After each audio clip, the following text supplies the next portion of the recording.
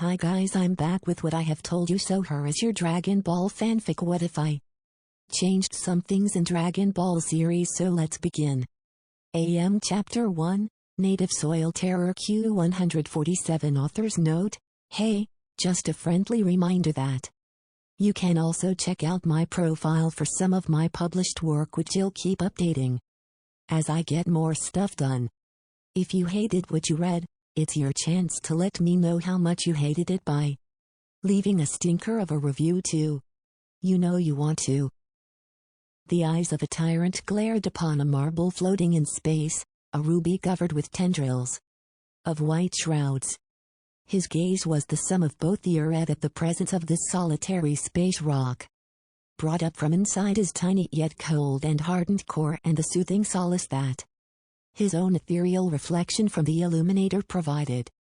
A soft noise of the opening mechanical doors made the red irises of the tiny terror move more towards the right, where the reflection of the entering right-hand man of his could have been seen.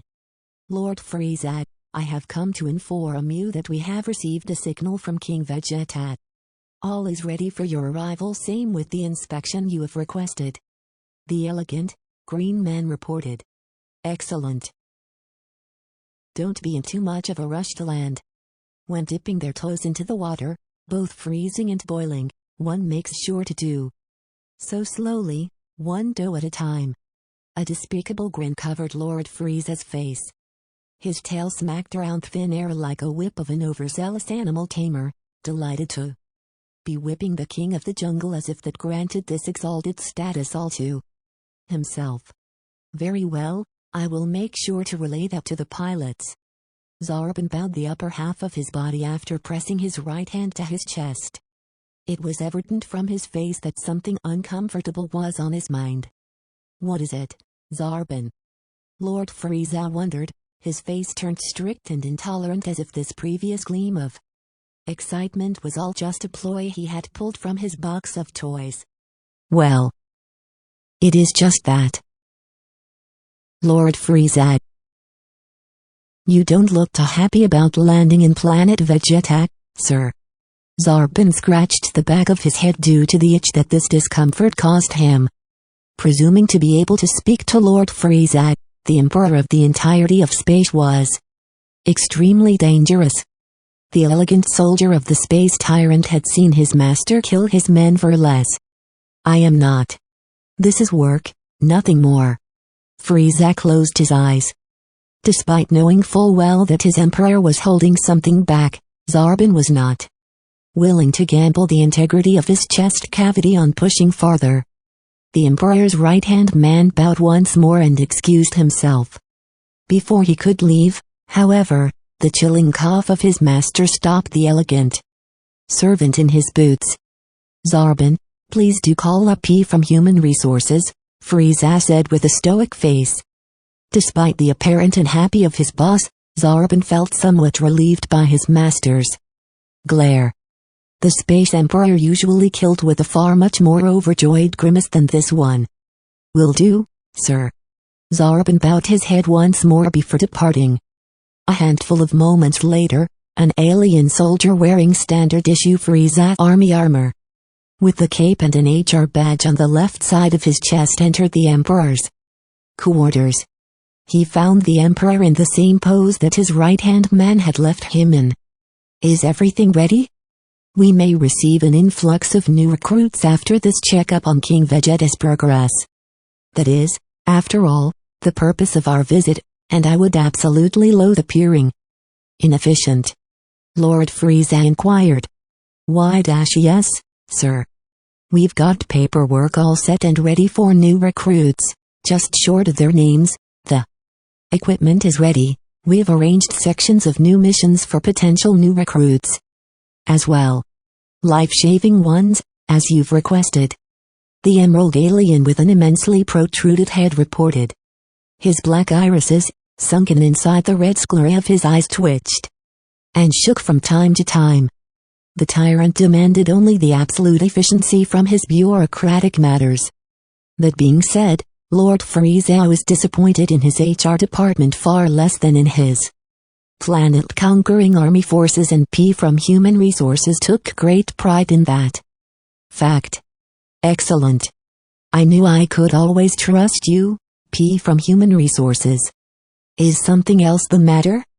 The Space Emperor turned to his subordinate with the left side of his face, still floating in his chair in front of the illuminator depicting the expanding reds of planet Vegeta as the ship approached its orbit. Well, it's just that it seems a little bit odd to send all of our potential recruits out to these kinds of missions. It's like you want all those recruits to die, after all the trouble it has been for you, Lord Frieza, to raise, train and recruit them and your HR department to make their entry into the army. Official P from Human Resources shook his hands in front of him. He was absolutely terrified of expressing these thoughts directly to his emperor. However, something cold and stoic about the tyrant's glare extracted all the truth from the chest of the green alien. I see. Well, I would like to be truthful with you, my dearest subordinate, if you will allow me this moment of honesty. A sly smile twisted the oversized head of the tiny space emperor. I absolutely loathe these Saiyans. Despise them. The thought of setting foot on their planet makes me sick to where I could puke until he would die. However, that death would be mercy because I would never ever have to set my eyes on this rancid place again. P from Human Resources shook from every accentuation, every moment of a raised tone. From his master, the administrator of Frieza army bureaucrats took a couple of steps backward in sheer terror from the excitement and something profoundly vile emanating from his emperor. If he had the chance to blow this planet right out of the sky and free up some space for something new, I would have done so over a decade ago. Lord Frieza threw his fist out, leaning in front of his chair to where his clutched limb stopped just inches shy from the illuminator. However, because of someone troublesome, someone that, for now, ranks above even me, I was unable to do so. At the last possible second, right before this scorn in my eyes could have been eradicated, my hand was stopped. Lord Cold stopped you, Lord Frieza? But why? P from Human Resources froze in place. He was both terrified of the honesty that the tiny calamity was sharing with him but also curious about it as well. If he could obtain this knowledge, he'd be the star of HR. The department would think that he's in the upper echelon of the Frieza army to where the Emperor spills the contents of his soul to someone like P from Human Resources. Not my father. Lord Beerus, the god of destruction himself, demanded that he did not destroy this planet. Is this not ironic? Lord Frieza turned to his subordinate even more, now subjecting most of his terrifying visage to the already petrified employee of his. I'm not sure I'll understand. P from Human Resources shook his head. That is perfectly understandable. Lord Frieza turned his chair back at the illuminator. A loud pop followed behind him. P from Human Resources collapsed on the ground with his eyes completely sunken red, his mouth wide open. Had it not been for the exposed outward chest cavity of the Frieza army member, he would have appeared to have been somewhat alright, perhaps just fallen and struggling to stand back up. Lord Frieza.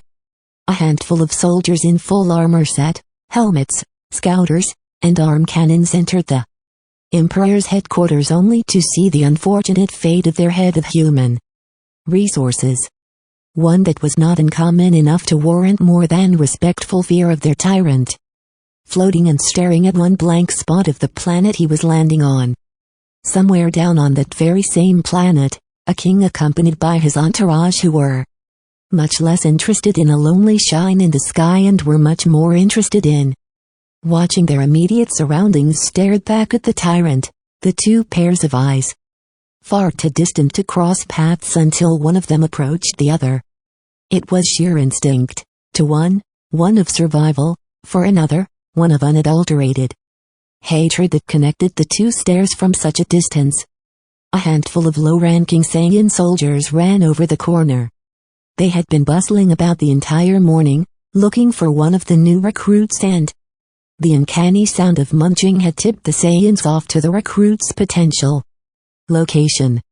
The bunch turned the corner behind the tall standing, futuristic building only to see a lone Saiyan girl sitting by a food container and helping herself to the different courses of meats from various species of aliens that the Saiyans tended to label as meat. You low-class trash. You are eating somebody's mission rations. Not to mention the damage you've done to the ship by yanking this whole compartment out of it. One of the Saiyan soldiers stepped forward with their fists ready to pummel the young woman who's been helping herself to somebody's survival rations. While the man-sized container was not going to last the pair of Saiyans too long, Saiyans were a lot that ate plentifully, which meant that whatever lacking tonnage of sustenance this food provided was vital for the planet-conquering missions. A female Saiyan stepped out and raised her hand to stop the Saiyan soldier about to beat the living shit out of this deviant. She's a recruit, you know that. Lord Frieza's gonna have King Vegeta's head if we don't deliver him the numbers. The Saiyan female with temper about as short as her hair growled back at the numbskulled soldier. You could have fooled me, she's not even wearing her armor, for Pete's sake. Another soldier flipped out at the woman. She's in your squad, isn't she? Discipline this brat. She's not nearly strong enough to be this much of trouble. And, goddammit, will you stop eating at least while you're being disciplined for running away from your duty to stuff yourself full? The first soldier shoved the female instructor out of his way and approached the young female, grabbing a whole handful of her long bed hair and dragging her back to the instructor. The rambunctious youth just kicked and grunted about but did not put up that much of resistance. Make sure she's presentable in 20. The mid-class Saiyan soldier shoved his finger into the instructor's face. For someone so worried about the fate of our King Vegeta, you're awfully ignorant of the fact that one of your recruits is eating our mission supplies in her straps, the soldier remarked while leaving, referencing the absolute minimum amount of clothing that the young troublemaker was wearing, likely whatever she fell out of bed this morning with. The female instructor sighed while looking at the grinning teen who was sitting on her bottom with her legs crossed as she chuckled right at her instructor's face. You didn't used to be this much trouble.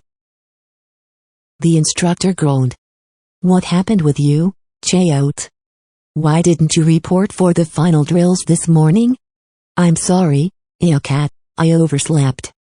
The girl snickered, dragging her hand across the back of her bed hair in apology. And then I tried making my way to the drills but I could neither find my armor nor you.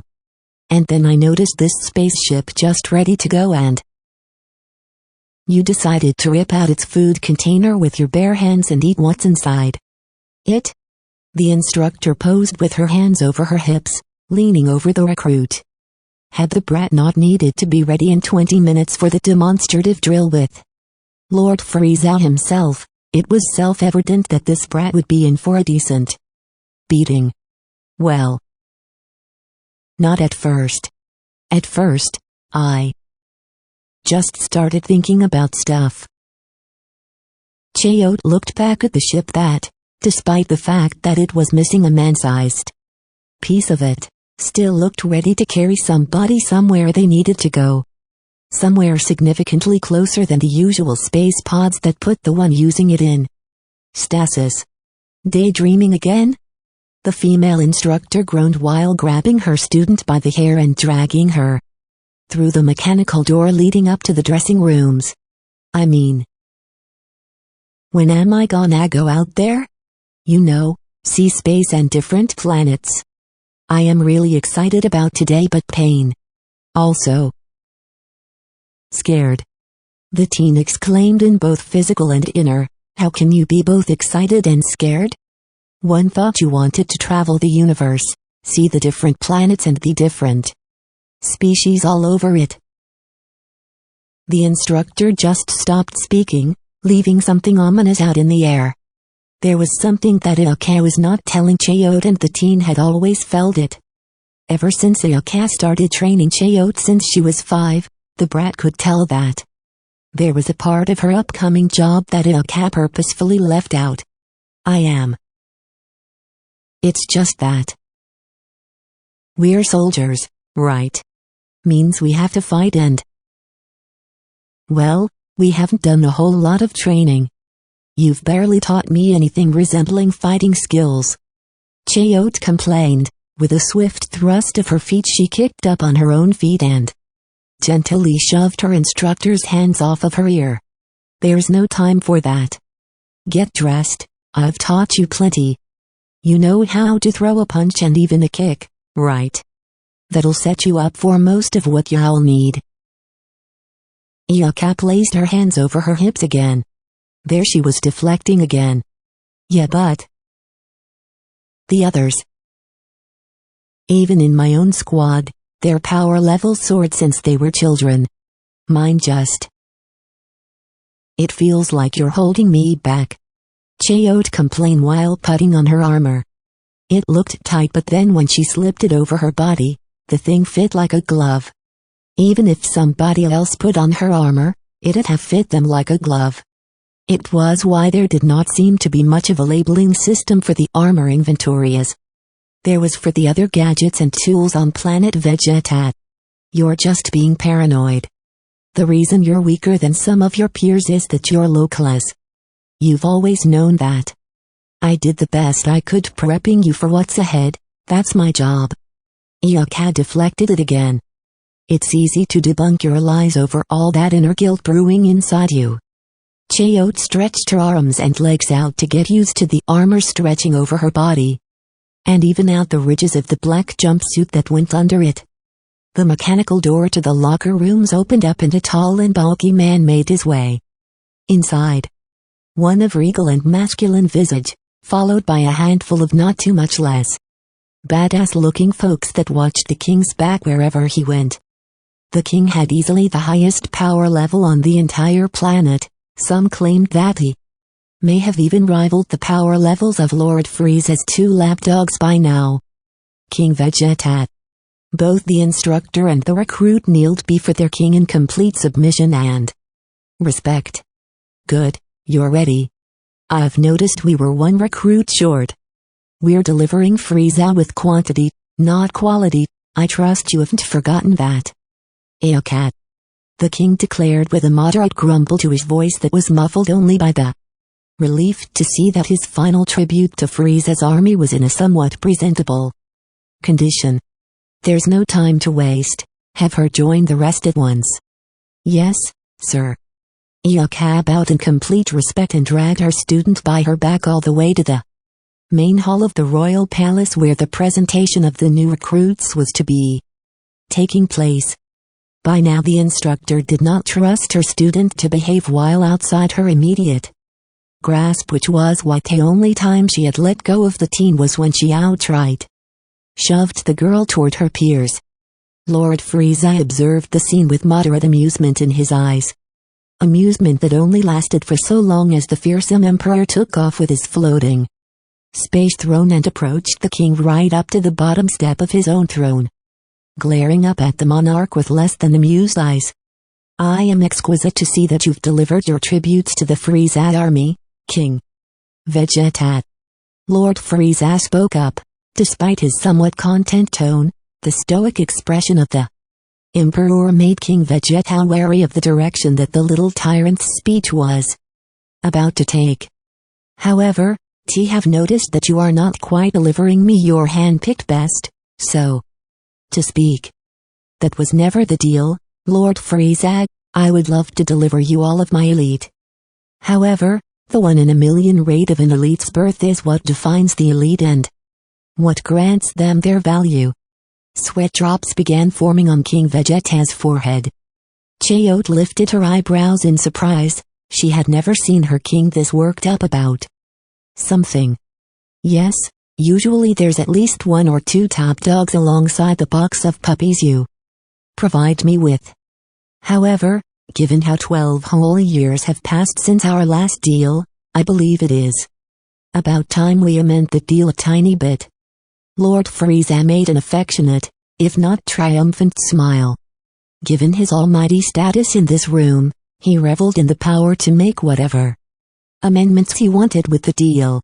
So, this was to be Chayote's future employer, the emperor she was raised in a somewhat off-handed and lackluster manner to serve to her utmost ability until the day she met a glorious end on the battlefield. Amends?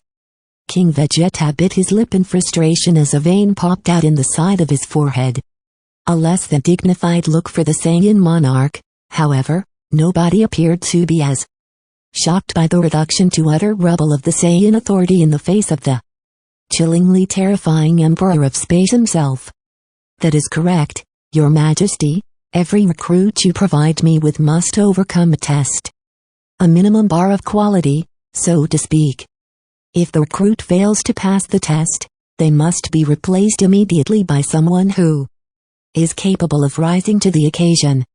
After all, as the universe's premier military force, we have a standard to uphold and, I am afraid, your runs from the litter shall not do."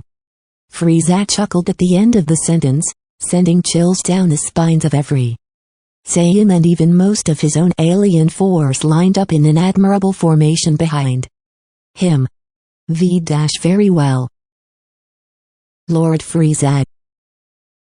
However, have in mind that King Vegeta began what seemed more and more like groveling. "Oh, Your Majesty, I am well aware that this is so sudden and unexpected. I am also more than aware that these are your young, just out of military training chicks. Just like I requested, ones whose loyalties can still be amended, just like this deal." Frieza took his time to chuckle once more. "For that reason, the test for these lot shall not be anything too unusual. I'd say that the very standard bar of gutter trash shall be the very Saibamen you Saiyans employ from time to time." I see. Saibamen." King Vegeta sighed in relief. "Yes, that does seem suitable. I am sure that these recruits can overcome the challenge of a Saibamen quite easily. Most of them have trained with Saibamen, after all." "Magnificent!" Lord Frieza exclaimed. "We have measured the worth of Saibamen grown on planet Vegeta's soil at about 838. I would say that it is a sufficient bar for new recruits to leap over." After he was finished talking, the Space Emperor moved aside with his floating throne, only for his army to follow. From the opening in the formation, an entire squad of Saibamen marched out in unison, all pulsing in a shade of darker yellow, ranging on softer brown, that appeared to match the combination of wheat mixed with gravel. "Kick-a-kit," the squad squeaked collectively. "In addition to the recruits, I trust the Saiyans can be trusted to provide with ample cultivated Saibamen seeds, as they have been rather complicated to cultivate in such copious amount." Lord Frieza's face twisted with a grin as his grip around King Vegeta's neck reached ever wider. "It is not a simple process, but nobody can accomplish the task better than the Saiyans." King Vegeta bowed his head for the Emperor. If anybody ever was foolish enough to question who was truly in charge, this gesture quashed any doubts.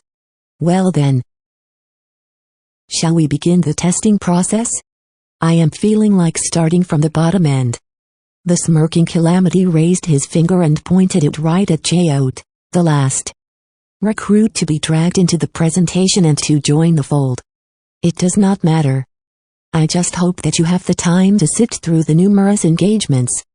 Most of these recruits are stronger than the Saibamen with a decent margin. However, the Saibamen are a considerable challenge regardless." King Vegeta expressed his feelings about the length of the upcoming testing process. "Indeed, at times I find these Saibamen to be more trustworthy than my own men. Nevertheless, I shall trust the warrior race to entertain me thoroughly." The little tyrant spread his arms out as his mouth gapped with a sadistic smile while the Alien Emperor spoke. Very well, recruit. Please do not stall the test longer than necessary. Make sure to not disappoint your Saiyan ancestry. King Vegeta addressed Chaot directly. The teen had never been so proud of herself. The king himself spoke to her, addressed her as a trusted soldier of the Force, and then entrusted this mission, to repeat the history of the Saiyans conquering the planet of the Saibamen and proving her worth to Lord Frieza and the entire Frieza army. Chaot did not need to be encouraged twice.